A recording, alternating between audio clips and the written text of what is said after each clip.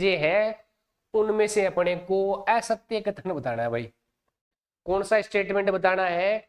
असत्य कथन है वो बताना है। तो देखो देखते हैं। रक्त एक तरल संयोजी उत्तक है, बिल्कुल सही बात है। रक्त किस प्रकार का उत्तक है भाई? रक्त तरल संयोजी उत्तक है। दूसरा, रक्त का पीएच कितना होता है? 7.4 होता है लगभग। और अपन ने ये चीज केमिस्ट्री में पढ़ रखी है। वो चीज क्या थी कि जब भी किसी भी यौगिक की अगर पीएच 7 से ज्यादा होती है तो वो क्या होता है? क्षारीय। तो इसको अपन क्या बोल सकते हैं? हल्का या दुर्बल क्षारीय बोल सकते।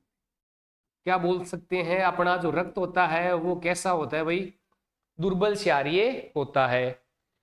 रक्त का लाल रंग क्या है भाई?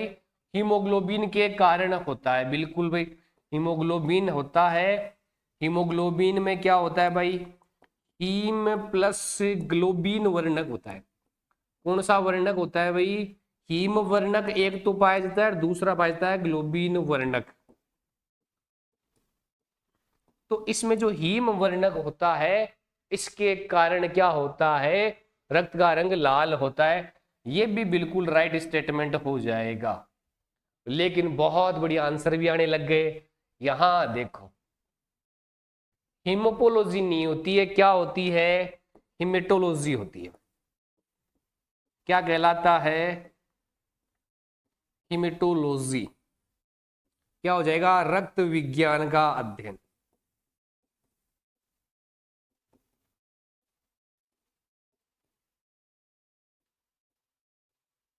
क्या हो जाएगा भाई? रक्त विज्ञान का जो अध्ययन है हिमेटोलॉजी कहलाएगा। बहुत बढ़िया बहुत बढ़िया। बिल्कुल बिल्कुल, फेरस के कारण होता है। बहुत बढ़िया भाई। हीमोवर्णक में क्या होता है भाई? फेरस तत्व पाया जाता है। बहुत बेहतरीन। तो अपने को पूछा गया था गलत, तो यहाँ पे हीमोपोलॉजी है। ये चीजें क्या है? गलत है भाई। चले नेक्स्ट क्वेश्चन पे अपने। बिल्कुल बहुत बढ़िया। देखो, रक्त के संबंध में असत्य कथन नहीं है। ध्यान रखना, जब भी इस प्रकार का प्रश्न अपने सामने आ जाए। और कौन से? बिल्कुल लालचंद जी, सीईटी की क्लास अपनी है वो बिल्कुल क्लास वाइज रहेगी। एमसीक्यू की क्लास अपने पास में रहेगी क्योंकि एग्जाम में समय कम है। तो अपने पूरे सारे सब्जेक्ट अपने पास में लगेंगे, डिटेल सॉल्यूशन अपन पढ़ेंगे। तो ध्यान रखना, अपने को बताना क्या है? सत्य कथन बताना है। क्यों बताना सत्य कथन? अपने को सत्य कथन इसलिए बताना है कि असत्य कथन नहीं पूछा है। तो असत्य कथन नहीं होगा तो वो कैसा हो जाएगा? सत्य हो जाएगा। बिल्कुल। देखो, सामान्य मनुष्य में रक्त होता है वो 5 से 6 लीटर होता है। रक्त की मात्रा कितनी होती है भाई? 5 से 6 लीटर होती है। बिल्कुल।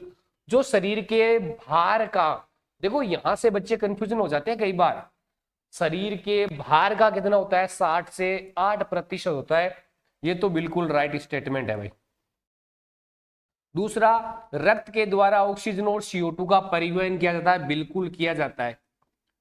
अपन ने श्वसन तंत्र में भी पढ़ा था कि जो गैसों का परिवहन है वो किसके द्वारा होता है?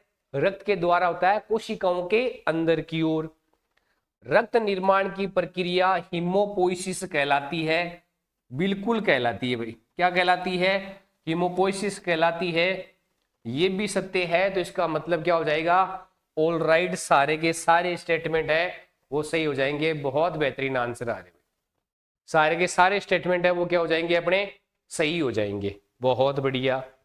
अगला देखो, अपने को सही सुमेलित है वो देखना है। क्या कह रहा है? रक्त दाब का मापन स्पिग्मोमेनोमीटर द्वारा किया जाता है। अपन ने पहले ही पढ़ा था।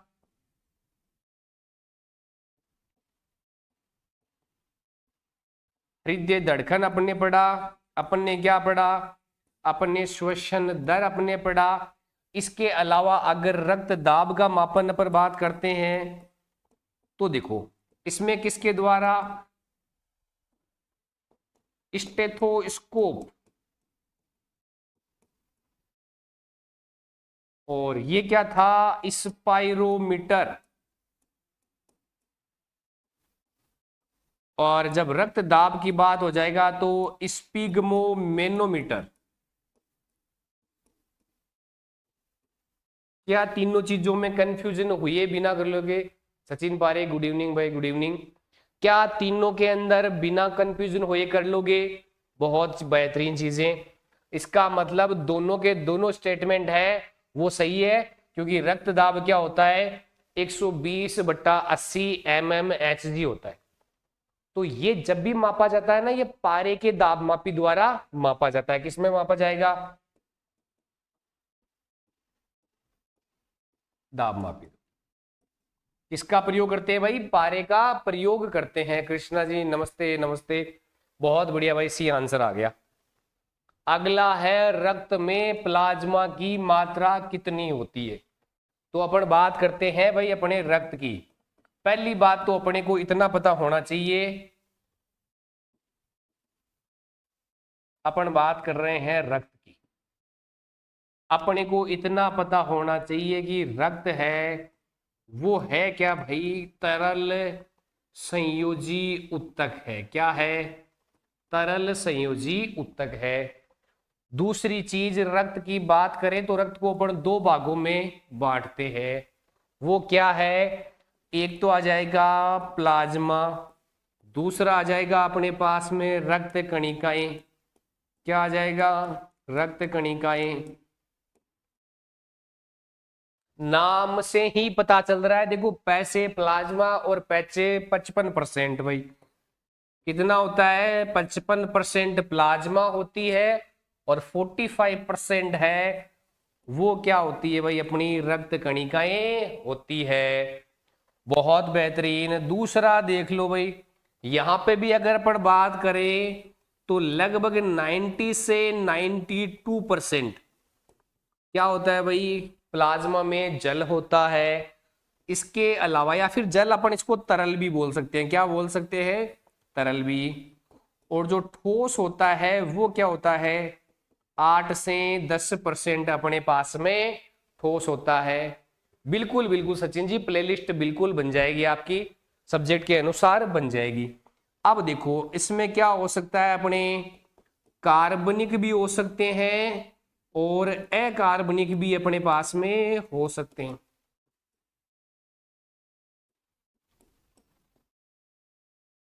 चीजें समझ में आ गई? अब देखो यहां पर अपने पास में क्या क्या हो जाएगा? आरबीसी, डब्ल्यूबीसी और प्लेटलेट्स।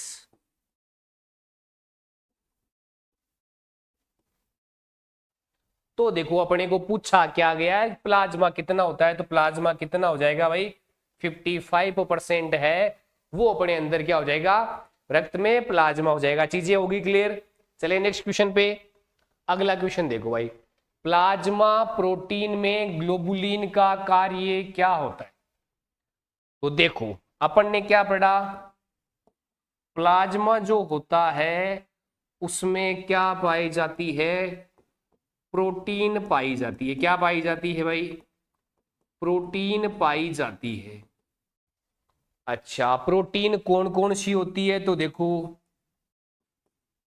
ग्लोबुलिन हो गई, हाँ। दूसरी अपने पास में देखिए एल्बुमिन हो गई, और तीसरी अपने देखें तो अपने पास में क्या हो गई? फाइब्रिनोजन हो गई। फाइब्रिनोजन हो गई। अब देखो यहां से समझने का प्रयास करो भाई, अपने पास में जब भी आ रहा है कि ग्लोबुलिन अपने पास में क्या काम करेगी, तो ग्लोबुलिन तो करती है प्रतिरक्षा का कार्य। क्या करती है भाई? प्रतिरक्षा का कार्य। बिल्कुल बिल्कुल। एल्बुमिन अपने पास में क्या करती है? परासरणी दाब का नियमन, परासरणीय दाब का नियमन करती है भाई।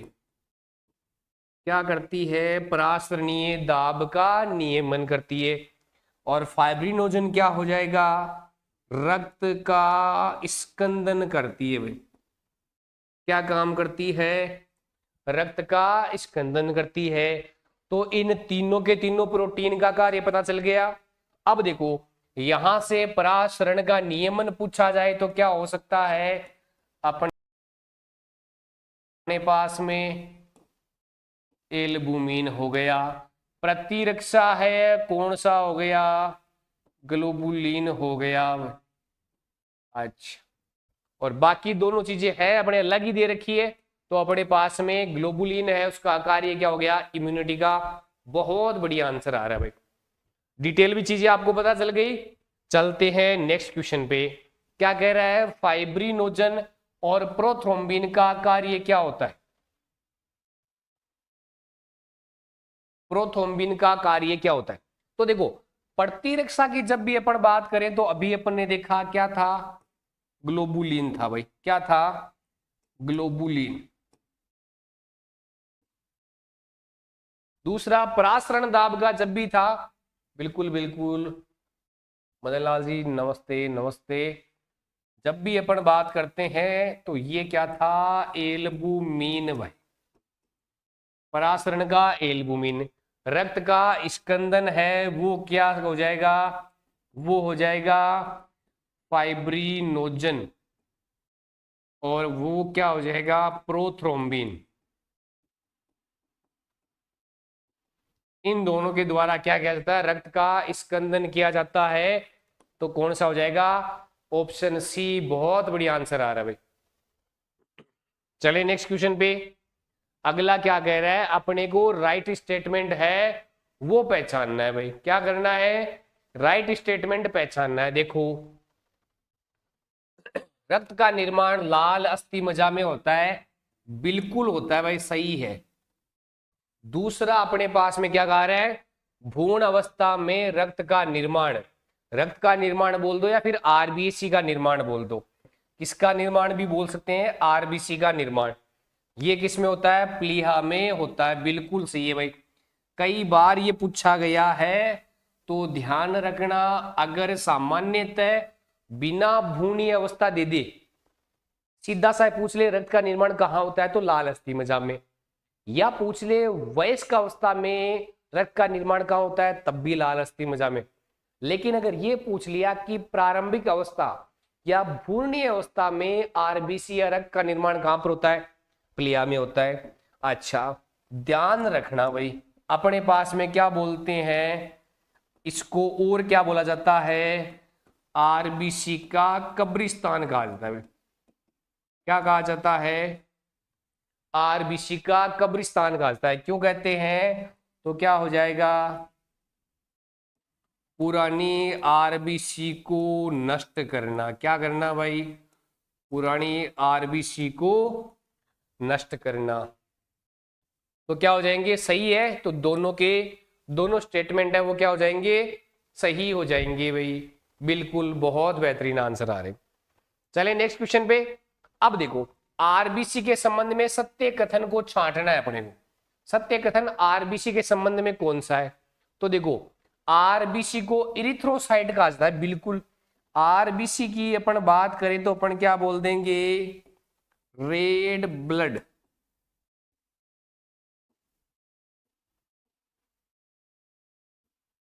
कोर्पस्कल्स क्या बोल देंगे, लाल रक्त कणिकाएं अपन इनको बोल देंगे।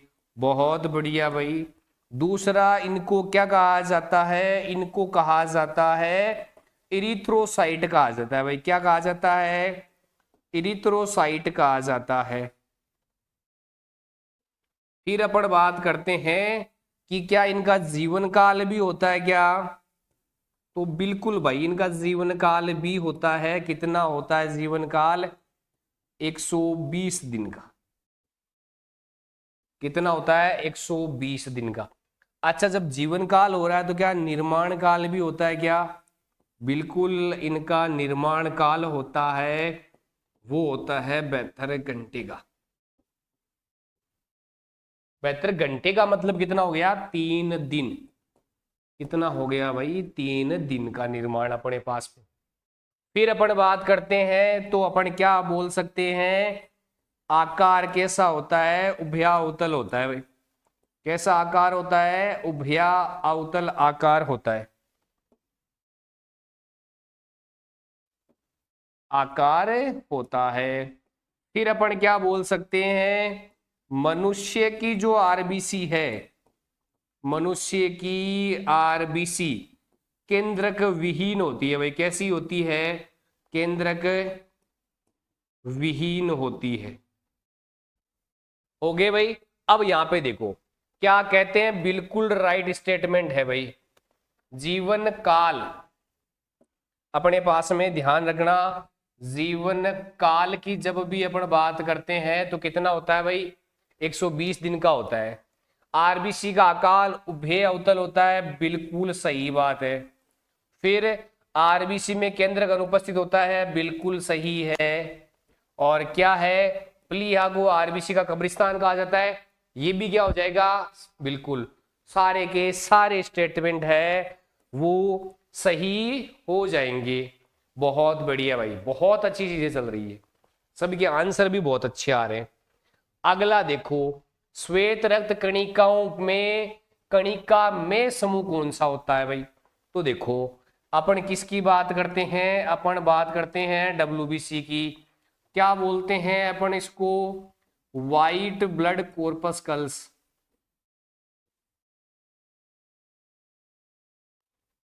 श्वेत रक्त कणिकाएं, इनमें भाई अपने पास में दो प्रकार आते हैं। कितने प्रकार आते हैं? दो प्रकार। पहला प्रकार आता है कणिका युक्त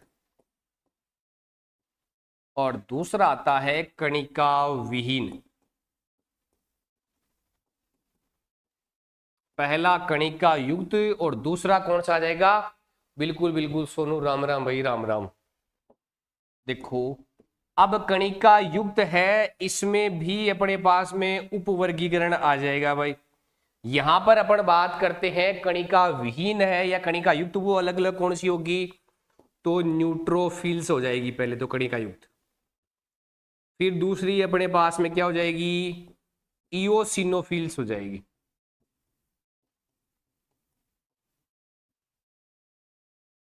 और अपने जब लास्ट अपन बात करते हैं तो वो कौन सी हो जाएगी भाई?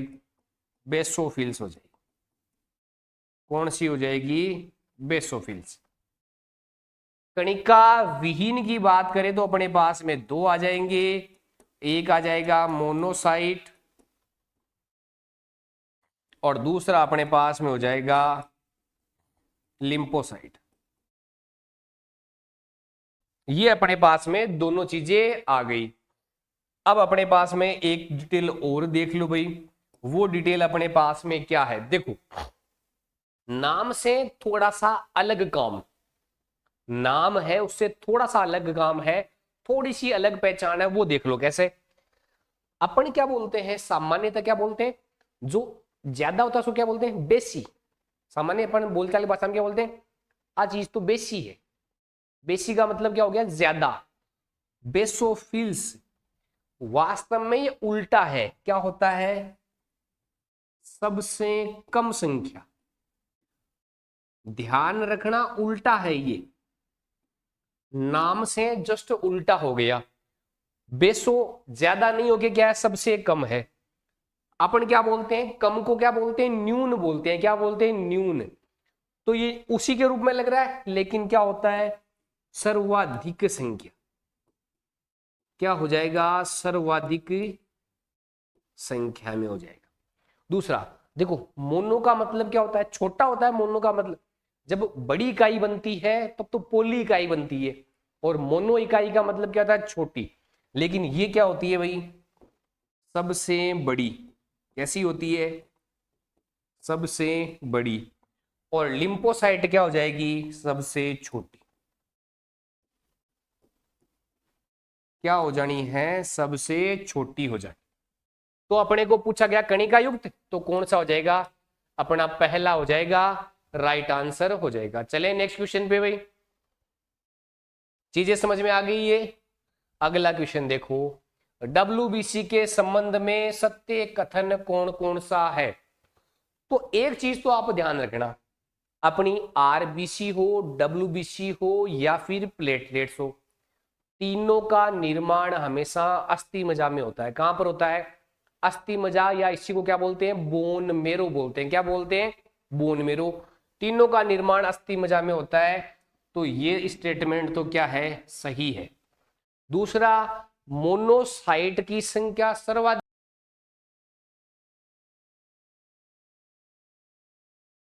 अभी अपन देख के आए कि मोनोसाइट की संख्या सर्वाधिक नहीं होती है, संख्या सर्वाधिक तो किसकी होती है, सर्वाधिक तो न्यूट्रोफिल्स होती है भाई।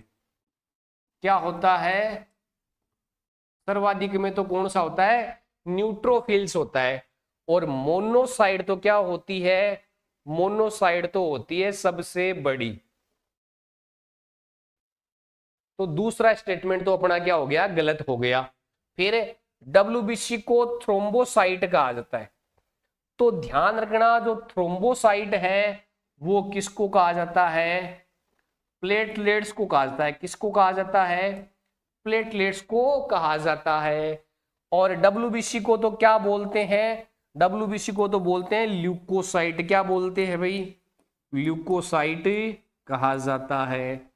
फिर हीमोग्लोबिन के कारण रंगहीन होती है। तो हीमोग्लोबिन पाए जाने से तो रंगहीन होना चाहिए, रंगहीन तो हीमोग्लोबिन के कारण होता ही नहीं है। और पहली बात, हीमोग्लोबिन पाया कहाँ जाता है, तो हीमोग्लोबिन तो क्या होता है, आरबीसी में उपस्थित होता है। कहाँ उपस्थित होता है भाई, आरबीसी में उपस्थित होता है। तो अपना सही स्टेटमेंट कौन सा है, केवल और केवल अपना पहले वाला स्टेटमेंट है, वो सही है भाई। बहुत बढ़िया निशा, माल सिंह, कृष्ण, बहुत बढ़िया आंसर आ रहा है भाई। केवल और केवल पहला सही है। दूसरे में क्या था, संख्या सर्वाधिक नहीं होती, संख्या सर्वाधिक तो न्यूट्रोफिल की होती है। तीसरे में क्या है, थ्रोम्बोसाइट तो किसको कहा जाता है, प्लेटलेट्स को कहा जाता है। और हीमोग्लोबिन तो पाया ही किस में जाता है, आरबीसी में। चलिए नेक्स्ट पे, अब अपने को सुमेलित करना है भाई। सुमेलित करने के लिए देखो भाई क्या है, न्यूट्रोफिल्स है ना, अभी अपन पढ़ के आए नाम का उल्टा। न्यूट्रोफिल क्या होती है, सर्वाधिक। और दूसरा ध्यान रखना, सूक्ष्म भक्षाणु होती है। सूक्ष्म भक्षाणु का मतलब क्या होता है, भक्षाणु का मतलब भक्षण करने वाला। अगर जब भी कोई रोगजनक आए उसको मिटाने वाला, उसको नष्ट करने वाला। तो माइक्रो जो भक्षाणु है ना, वो कौन होता है, न्यूट्रोफिल होता है। तो ये पहला तो इसी के साथ मैच कर रहा है। दूसरा इयोसिनोफिल्स है, इसी को एसिडोफिल भी कहा जाता है। क्या कहा जाता है, एसिडोफिल भी कहा जाता है, सही है ये। बेसोफिल्स की अभी बात करें तो अपन यही कहा कि बेसोफिल्स होता है वो क्या होता है, न्यूनतम होता है। और क्या होता है, एंटीहिस्टामिन। क्या होता है, एंटीहिस्टामिन। इसमें क्या है, ध्यान रखना, एलर्जी के समय एक्टिवेट हो जाता है, एलर्जी के समय सक्रिय हो जाता है, इसलिए इसको क्या बोलते हैं, एंटीहिस्टामिन बोलते हैं। इसके साथ बिल्कुल डायरेक्ट मैच है। मोनोसाइट क्या होता है, वृहद भक्षाणु होता है, बिल्कुल सही है। फिर क्या है, लिम्फोसाइट होता है, इसको लसीकाणु भी बोलते हैं। यहां ध्यान रखना क्या हो जाएगा, सबसे बड़ी भी कौन सी होती है भाई, मोनोसाइट। सबसे छोटी भी कौन सी होती है, लिम्फोसाइट। तो ये सारे के सारे क्या हो जाएंगे, आपस में मैच हो रहे हैं। तो कौन सा हो जाएगा, 1 2 3 4 5 हो जाएगा। ऑप्शन बी है वो क्या हो जाएगा, अपना राइट आंसर हो जाएगा। ध्यान से यहां देख ला, यहां से बहुत बार एग्जाम में सवाल बने। न्यूट्रोफिल्स है, मैक्सिमम होती है, नाम से पता चल रहा है। और सूक्ष्म भक्षाणु होते हैं। यहां से एक सवाल और बनता है, वो देखो वो क्या बनता है, वो यहां से समझने का प्रयास करो। न्यूट्रोफिल्स, अगर न्यूट्रोफिल्स के साथ में मोनोसाइट को अगर जोड़ दिया जाए, दोनों को अगर एक साथ ले लिया जाए, तो इनको क्या बोलते हैं, इनको अपन बोलते हैं भक्षाणु तंत्र बोलते हैं।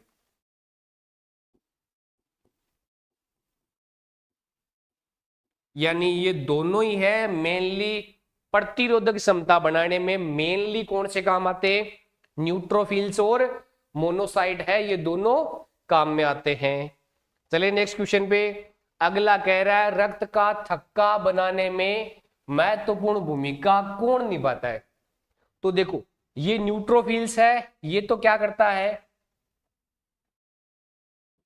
प्रतिरक्षा करता है भाई। क्या करता है, प्रतिरक्षा करता है। ये तो क्या करता है, अपने रक्त का रंग लाल करता है।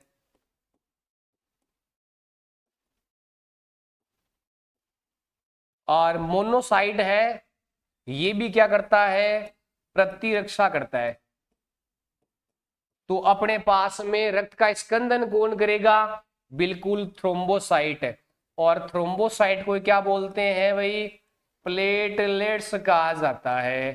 क्या कहा जाता है, प्लेटलेट्स। और किसका काम करते हैं, रक्त स्कंदन का काम करते हैं। किसका काम करते हैं भाई, रक्त स्कंदन का, थ्रोम्बोसाइट। बहुत बेहतरीन। ऑप्शन कौन सा हो जाएगा भाई, बी वाला आंसर अपने पास में सही हो जाएगा। बहुत बढ़िया। चले नेक्स्ट क्वेश्चन पे। अगला कह रहा है, अगर रक्त स्कंदन में थ्रोम्बोसाइट काम में आ रहा है तो थ्रोम्बोसाइट में कौन सा आयन होता है, तो वो आयन कौन सा हो जाएगा भाई, कैल्शियम आयन है। और ये पाया कहां पे जाता है, तो थ्रोम्बोसाइट में पाया जाता है। कहां पाया जाता है, थ्रोम्बोसाइट में उपस्थित। समझ में आ गई भाई चीजें, कौन सा होता है, कैल्शियम आयनो, बिंबाणु। बहुत बेहतरीन भाई, बिंबाणु भी इसको कहा जाता है। बहुत बढ़िया भाई। चले नेक्स्ट पे, रक्त स्कंदन कारकों से संबंधित, हाँ बिल्कुल कैल्शियम। यहां से सवाल बना है, और अगर इस बार भी लंबे समय के बाद अगर यहां से सवाल बन गया तो फिर ध्यान रखना, बहुत बच्चे कंफ्यूजन में चले जाएंगे। बहुत सारे बच्चों ने ये चीजें शायद अलग से देखी भी नहीं होगी। देखो, अपन जो स्कंदन कारक होते हैं ना, उसका जो प्रथम कारक है वो किसको बोलते हैं, फाइब्रिनोजन को बोलते हैं। ध्यान रखना कि फाइब्रिनोजन है वो रक्त स्कंदन प्रथम कारक है। सवाल आ जाए रक्त स्कंदन कारक प्रथम कौन सा है, तो वो कौन सा है, फाइब्रिनोजन। रक्त स्कंदन कारक सेकंड कौन सा है, प्रोथ्रोम्बिन है। यहां से ध्यान रखना, एग्जामिनर सीधा पूछता है मुख्यतः दो रक्त स्कंदन कारक कौन कौन से, तो दो प्रोटीन है वो कौन कौन सी है, फाइब्रिनोजन और प्रोथ्रोम्बिन। बहुत बढ़िया। रक्त स्कंदन कारक कौन सा, तीसरा कौन सा है भाई, थ्रोम्बोप्लास्टिन है, वो रक्त स्कंदन कारक तीसरा है। और जो रक्त स्कंदन कारक चतुर्थ है वो क्या है, कैल्शियम आयन। अभी भी अपन पढ़ गया है कि रक्त स्कंदन में कौन सा जरूरी होता है, कैल्शियम का आयन। और वो कौन सा है, चतुर्थ कारक अपने पास में पाया जाता है भाई। बहुत बढ़िया। क्या ये चीजें अपने पास में याद रह जाएगी कि पहला कारक फाइब्रिनोजन, दूसरा कारक प्रोथ्रोम्बिन, तीसरा कारक थ्रोम्बोप्लास्टिन, और चौथा कौन सा हो जाएगा, कैल्शियम अपने पास में हो जाएगा। ध्यान रखना, 12वां 11वां 12वां 13वां कारक तक चलते हैं। 12वां कारक आ जाएगा हेगमेन कारक आ जाएगा, 13वां आ जाएगा फाइब्रिन पदार्थ आ जाएगा।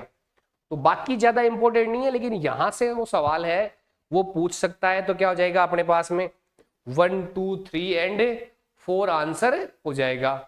बिल्कुल बिल्कुल 13 कारक है। तो ध्यान रखना, सबसे अंतिम और स्थायी कारक कौन सा है, ये भी लिख लो भाई। सबसे अंतिम व स्थायी कारक, स्थायी कारक कौन सा है भाई, वो कारक है फाइब्रिन। कौन सा है, फाइब्रिन। और एक जो है ना वो 12वां है ना, वो कई बार पूछा जाता है। 12th जो कारक है ना उसको बोलते हैं हेगमेन कारक। क्या बोलते हैं, हेगमेन कारक बोलते हैं। इनका पूछ सकते हैं, बाकी चीजों का वो नहीं पूछते हैं। तो चले नेक्स्ट क्वेश्चन पे। अगला देखो, अपने को ध्यान रखना, गलत कथन बताना है। कौन सा कथन बताना है, गलत कथन बताना है।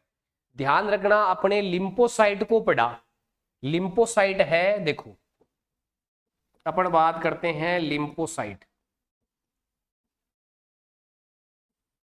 अब लिम्फोसाइट है ये दो रूपों में होती है भाई। कौन कौन सी, बी लिम्फोसाइट,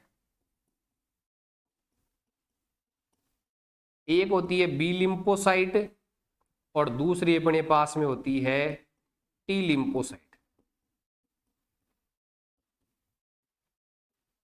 अब वो यहां से वो सवाल क्या पूछता है, अपने पास में ये सवाल पूछेगा कि ये बी और जो टी लिम्फोसाइट है इनका निर्माण कहां पर होता है और ये परिवर्धन कहां पे होता है।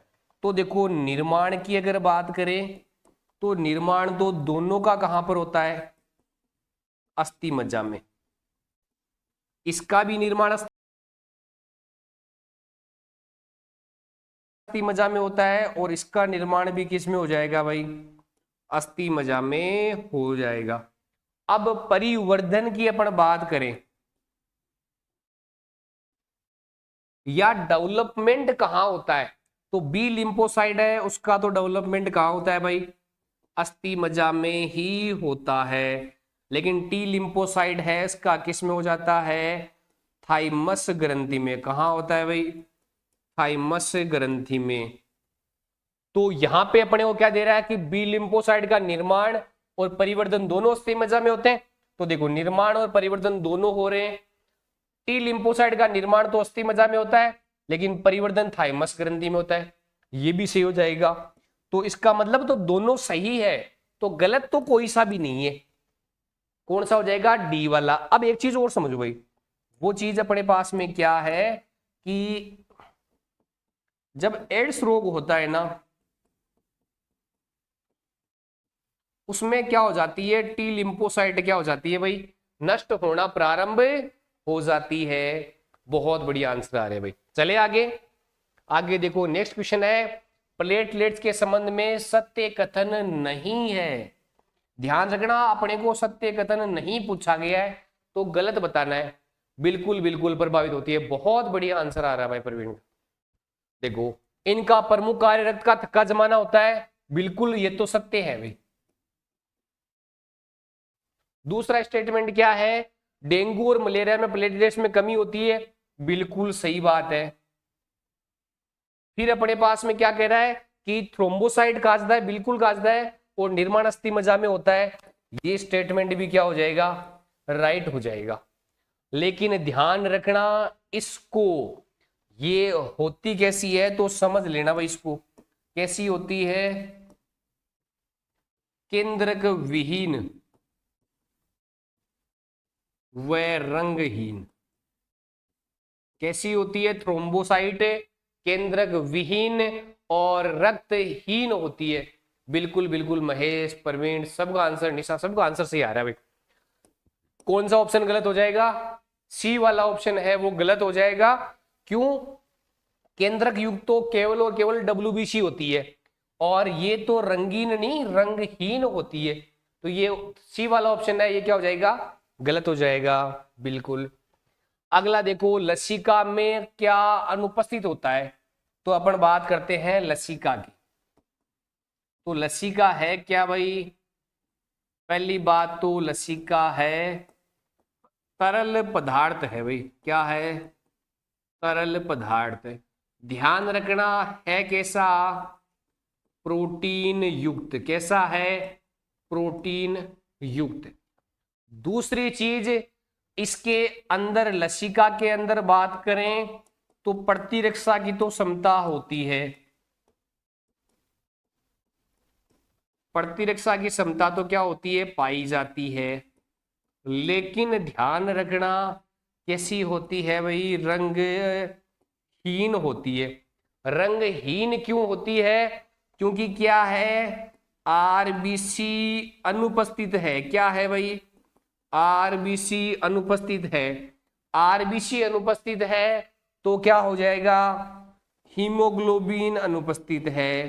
क्या हो जाएगा भाई, हीमोग्लोबिन अनुपस्थित है। अगर हीमोग्लोबिन अनुपस्थित है तो जो फेरस आयन है वो भी क्या हो जाएगा, अनुपस्थित हो जाएगा। उसके कारण ये कैसी पाई जाएगी। अब ध्यान रखना, ये मेनली क्या है, आरबीसी की जैसे गुणधर्म ही रखती है, रक्त के जैसा ही होता है, केवल और केवल क्या होता है, आरबीसी है वो नहीं पाई जाती। बहुत बढ़िया आंसर आ रहा है भाई, ऑप्शन ए आ रहा है। अब देखो रक्त का कार्य कौन सा है, बहुत बढ़िया भाई, बिल्कुल O2 और CO2 का वातावरण और ऊतकों के मध्य विनिमय करना, बिल्कुल रक्त का कार्य है, बहुत बढ़िया। फिर है शरीर का पीएच नियंत्रित करना। ध्यान रखना भाई, शरीर का पीएच नियंत्रण करने का कार्य भी कौन करता है, रक्त करता है। ध्यान रखना, रक्त खुद कैसा है, दुर्बल क्षारीय। खुद कैसा है, दुर्बल क्षारीय। फिर क्या है, पोषक तत्वों का शरीर के विभिन्न स्थानों तक परिवहन करना, बिल्कुल, ये भी क्या है अपने पास में राइट स्टेटमेंट है भाई। पोषणों को रक्त है वो क्या करता है, शरीर के एक हिस्से से दूसरे हिस्से में पहुंचाता है और शरीर के ताप का नियंत्रण भी करता है।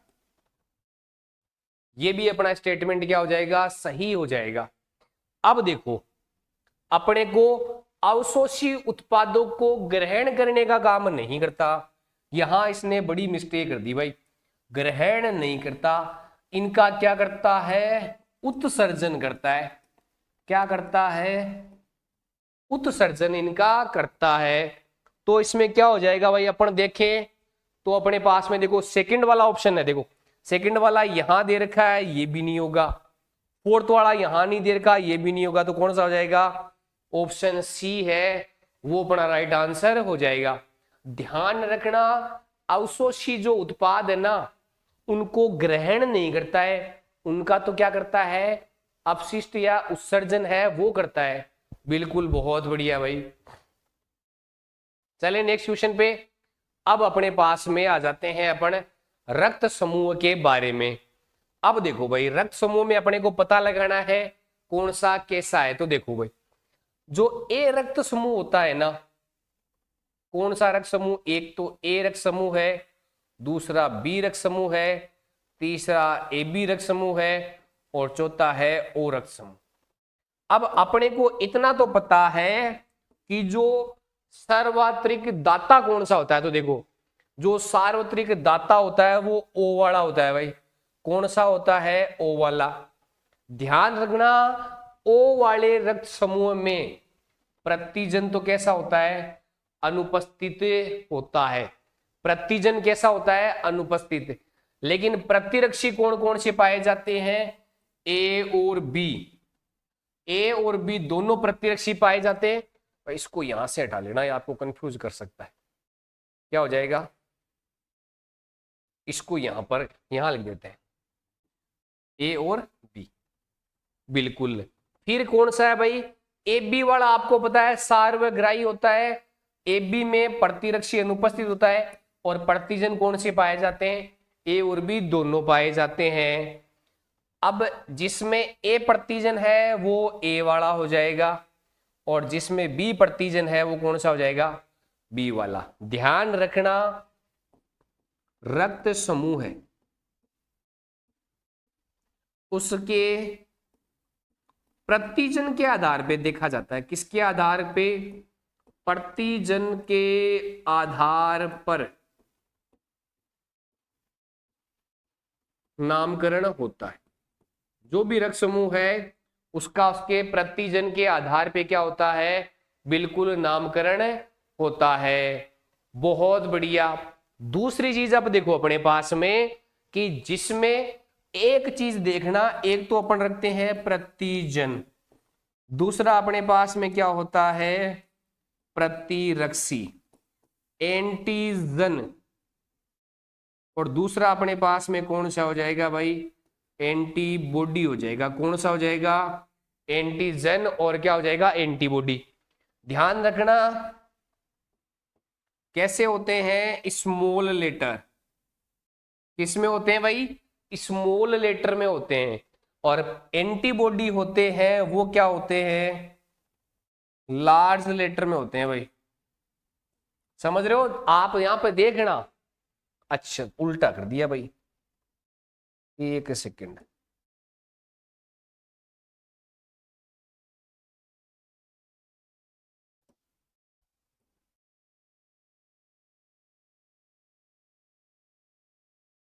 बिल्कुल बिल्कुल, चीजें समझ गए। अब देखो यहां से पहले में कौन सा आ रहा है, 3 आ रहा है ना पहले का, पहले में 3 आ रहा है तो ये और ये तो गलत हो गए। दूसरे में क्या आ रहा है भाई, दूसरे में 4 आ रहा है, सही है। तीसरे में कौन सा आ रहा है, 2, तो कौन सा हो जाएगा, सी वाला अपना आंसर हो जाएगा। 3 4 2 1, बहुत बेहतरीन आंसर आ रहे हैं भाई। तो इस चीजों को अपने पास में ध्यान रखना। अगला क्या है, कौन सा रक्तदान संभव नहीं है। तो एक बार अपने पास में चीजें हैं उनको देखो। अगर अपने पास में ए रक्त समूह है, अपने पास में बी रक्त समूह है, अपने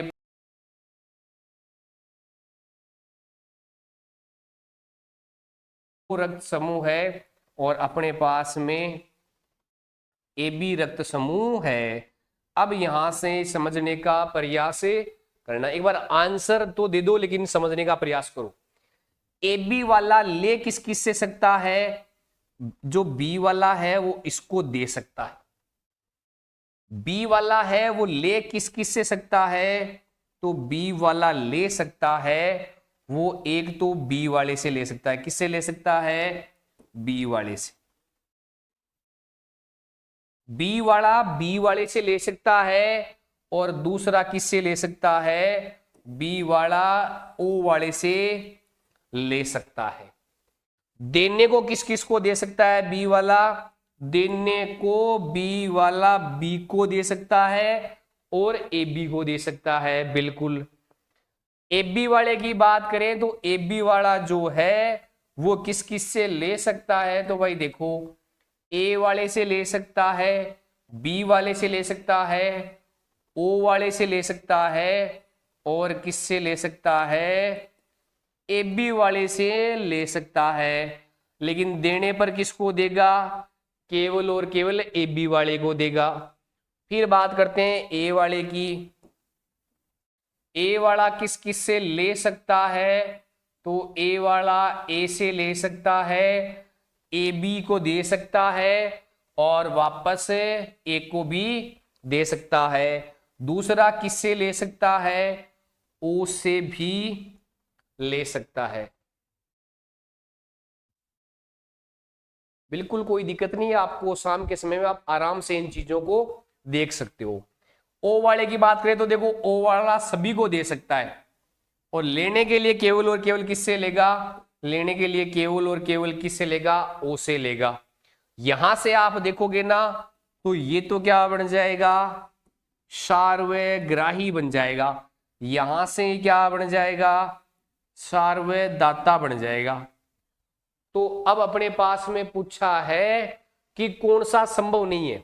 देखो ए से ए बी, ए से ए बी को तो आता है, ये तो संभव है। फिर बी से ए बी, देखो बी से ए बी की ओर आ रहा है, ये भी संभव है। ओ से ए बी, ओ से ए बी की ओर आ रहा है, ये भी संभव है। तो कौन सा नहीं है, ए से बी वाला संभव नहीं है। ध्यान रखना। कारण क्या है, उसका कारण देख लो आप। उसका कारण अपने पास में ये है, यहां पर प्रतिजन क्या पाया जाता है, प्रतिजन तो ए और प्रतिरक्षी क्या है, बी।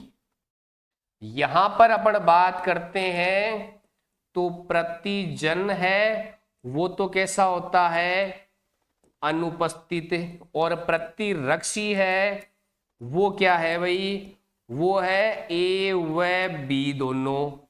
यहां पर अपन बात करें तो प्रतिजन, यहां पर प्रतिजन कौन सा है भाई, तो प्रतिजन है बी और प्रतिरक्षी कौन सा है, तो प्रतिरक्षी है ए। यहां पर अपन बात करें तो यहां पर प्रतिजन है ए और बी और प्रतिरक्षी कौन सा है भाई, प्रतिरक्षी है अनुपस्थित। चीजें समझ में आ गई भाई आपके कि कौन कौन से ग्रुप है। अगर ये डायग्राम आपके समझ में आ गया तो आप किसी भी प्रकार के रक्त समूह में आदान प्रदान होगा या नहीं होगा वो आप आराम से समझ सकते हो। बिल्कुल एक बार कमेंट कर दो भाई ये चीज, ये डायग्राम समझ में आया या नहीं आया। चले नेक्स्ट क्वेश्चन पे। रक्त समूह के खोजकर्ता कौन थे, रक्त समूह किनके द्वारा खोजा गया था भाई, कोल लैंडस्टीनर के द्वारा रक्त समूह खोजा गया। बहुत बढ़िया भाई। चले नेक्स्ट पे। अगला है रक्तदान के दौरान बरती गई असावधानियों से कौन सा रोग नहीं होता है। तो अगर मान लो कि अगर एक दूसरे का रक्त है, बिना जांच किए ही एक दूसरे के साथ में अगर रक्त चढ़ा दिया जाता है तो होता क्या है कि अगर मान लो किसी को कोई एक बीमारी है तो क्या वो दूसरे को लग सकती है क्या, वो कौन कौन सी है। तो देखो हेपेटाइटिस बी और सी है, ये तो बिल्कुल सही है, ये तो हो सकती है अगर गलत ब्लड चढ़ गया तो। मलेरिया की बात करें, एड्स की बात करें तो एड्स भी हो सकता है भाई, बिल्कुल होगा एड्स, अपन इसके सावधानियों में भी पढ़ते हैं। जेकब रोग की बात करें तो ये भी भाई राइट हो जाएगा, लेकिन ध्यान रखना मलेरिया रोग है वो इसके कारण संचरित नहीं होगा, संचरित नहीं होगा। अगर किसी को मलेरिया रोग है और उसके रक्त चढ़ा, रामदयाल तरड, बिल्कुल बिल्कुल रामदयाल जी बहुत बढ़िया, सही हो गया भैया। हाँ, कौन सा हो जाएगा? बी ऑप्शन अपना हो जाएगा। अगला भाई ये देखो, असत्य नहीं है, यहां का मतलब क्या है? अपने को कौन सा देखना है? जो सत्य कथन है उसको देखना है। बहुत बढ़िया यार, सबका सही आंसर आ रहा आज तो। धमनी की गुहा संकरी व दीवार मोटी होती। अब देखो, इसको समझने का प्रयास आप करो। देखो, इस बोतल की अब जब भी बात कर रहे हैं ना, इस बोतल का जो ये वाला हिस्सा, ये कवर है ना, ये पतला है, समझ गए हो? और दूसरा, इसके अंदर जो जगह है ना वो ज्यादा है, तो इस जगह को तो बोलते हैं गुहा या केविटी बोलते हैं। क्या बोलते हैं? जब इस पानी की बोतल के अंदर का जो खाली भाग है ना उसको बोलते हैं केविटी या गुहा। और ये बाहर की जो दीवार है ना, इस दीवार है, ये क्या कहलाती है? दीवार अपने पास में बात। अब देखो, अपन इतना जानते हैं कि धमनी जो होती है, बिल्कुल राम स्वरूप सर की क्लास 7 बजे होगी भाई। देखो, जब भी अपन मानते अगर ये धमनी होती तो धमनी में अपन दो चीजें मानते। पहला तो धमनी में शुद्ध रक्त बहता है। कौन सा बहता है? शुद्ध रक्त बहता है। दूसरा, धमनी में रक्त तेजी से बहता है। अब आप खुद डिसाइड करो कि अगर तेजी से रक्त बह रहा है और दाब ज्यादा लग रहा है, शुद्ध बह रहा है, तो क्या दीवारें मोटी होनी चाहिए? नहीं होनी चाहिए? तो दीवार क्या होती है? मोटी होती है। बिल्कुल, दीवारें कैसी होती है भाई? मोटी होती है। और अंदर जो भाग है वो क्या होता है? कम होता है। तो ये तो बिल्कुल सही स्टेटमेंट है। धमनी में ऑक्सीजन युक्त शुद्ध रक्त प्रवाह होता है। बिल्कुल होता है भाई, शुद्ध रक्त प्रवाह होता है। धमनियों में कपाट अनुपस्थित होते हैं। बिल्कुल, धमनियों में कपाट नहीं पाए जाते। बिल्कुल बिल्कुल, आज होगी भाई, होगी, अभी होगी।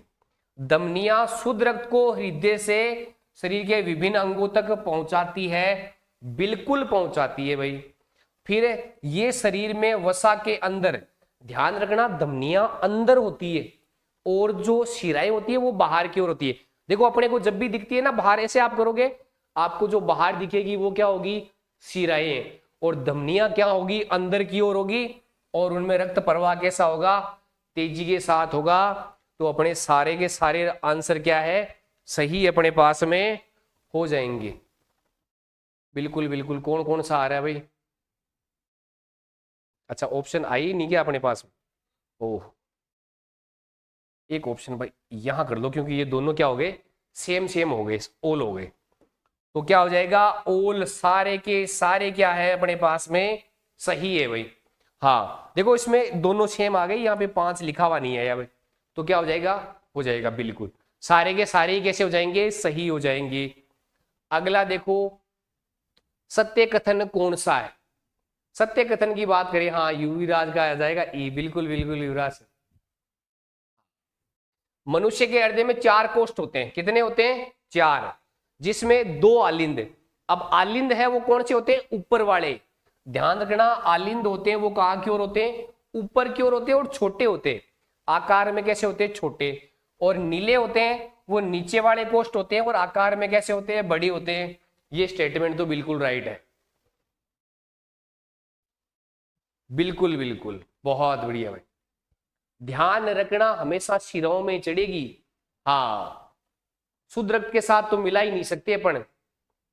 280 से 300 ग्राम का हमारा जो हार्ट होता है, उस हार्ट के चारों ओर पेरिकार्डियम आवरण होता है। आवरण कौन सा होता है?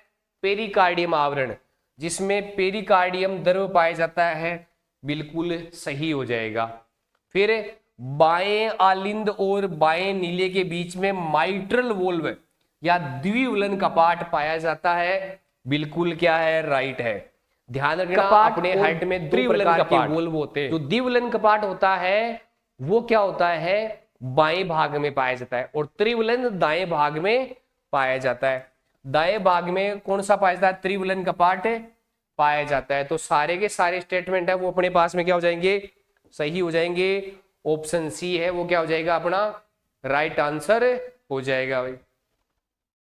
ध्यान रखना भाई गोविंद, अपने पास में क्या है कि धमनी में तो शुद्ध रक्त होता है, अगर शुद्ध रक्त के साथ ने अपने कुछ भी मिला दिया ना तो हाथों हाथ मृत्यु हो सकती है। इसलिए जो भी अपने दवा इंजेक्शन जो कुछ भी लेते हैं ना वो हमेशा अशुद्ध रक्त के साथ में अपन लेते हैं। बहुत बढ़िया भाई। हृदय धड़कन का सही क्रम कौन सा है? तो जब भी अपने हार्ट जो रेट होती है वो स्टार्ट होती है तो वो कहां से स्टार्ट होती है? तो ध्यान रखना वो ऐसे नोड से स्टार्ट होती है। तो ये दोनों तो सीधे सीधे गलत हो गए। हमेशा हार्ट रेट है वो कौन से नोड से स्टार्ट होती है? ऐसे नोड से स्टार्ट होती है। तो यहां तक तो ये भी सही है। और खत्म कहां पर होती है? लास्ट में नीले तक पहुंचती है। तो लास्ट वाला भी सही है। ऐसे नोड के बाद में कहां जाती है? एवी नोड पे जाती है, हिंज मंडल पे सीधी नहीं जाती। बाद में कहां जाती है? हिंज मंडल, लास्ट में पुरकिंजे तंतु, और फिर सबसे एंड में कहां चली जाती है? नीले की ओर चली जाती है। बिल्कुल नारायण जी, बाजेश्वर की क्लास 6:15 होगी भाई। कौन सा हो जाएगा? बी ऑप्शन हो जाएगा। फिर है गलत कथन अपने को बताना है। देखो हृदय धड़कन का मापन स्टेथोस्कोप द्वारा होता है, बिल्कुल सही है। हृदय धड़कन का नियंत्रण मेडुला ओब्लिगेंटा के द्वारा होता है। ध्यान रखना अपने ब्रेन में, प्रिंस शर्मा राधे राधे, अपने ब्रेन में मेडुला ओब्लिगेंटा जहां होती है ना वहां पर हार्ट रेट कंट्रोल होती है। और जब बात करते हैं यंत्र कौन सा है सुनने का? स्टेथोस्कोप। फिर अपने पास में हृदय का पंकुचन और शिथिलन हार्ट स्पंदन कहलाता है। हार्ट एक बार स्पंदन कब होता है? जब एक बार सिकुड़ता है और एक बार खुलता है, उस पूरे साइकिल को हृदय स्पंदन बोलते हैं। हृदय का सिकुड़ना फैलना ये एक साइकिल होता है। फिर क्या है? मानव हृदय का कार्डियक आउटपुट कितना होता है? तो ध्यान रखना 70 ml तो क्या होता है? स्ट्रोक आयतन होता है। क्या होता है भाई? स्ट्रोक आयतन। और हमेशा कार्डियक आउटपुट क्या होता है भाई? ये होता है स्ट्रोक आयतन। और उसके अलावा अपन 1 मिनट में कितनी बार श्वसन प्रक्रिया करते हैं? 72 टाइम। उसका गुणनफल हो जाएगा तो अपने पास में कितना आ जाएगा भाई? 72। तो कितना हो जाएगा भाई? 0, 4 और 5। कार्डिक आउटपुट क्या होता है? बिल्कुल गजेंद्र जी, जय हिंद जय हिंद। ये हो जाएगा। तो अपना गलत कथन कौन सा है? वो हो जाएगा 70 ml तो अपना स्ट्रोक आयतन है, वो होता है भाई। आगे है हृदय में अशुद्ध रक्त कौन से भाग में प्रवेश करता है? तो ध्यान रखना सबसे पहले किस में जाएगा? दाएं आलिंद के अंदर प्रवेश करेगा। बहुत बढ़िया भाई। हाँ, इसमें अपने पास में देखो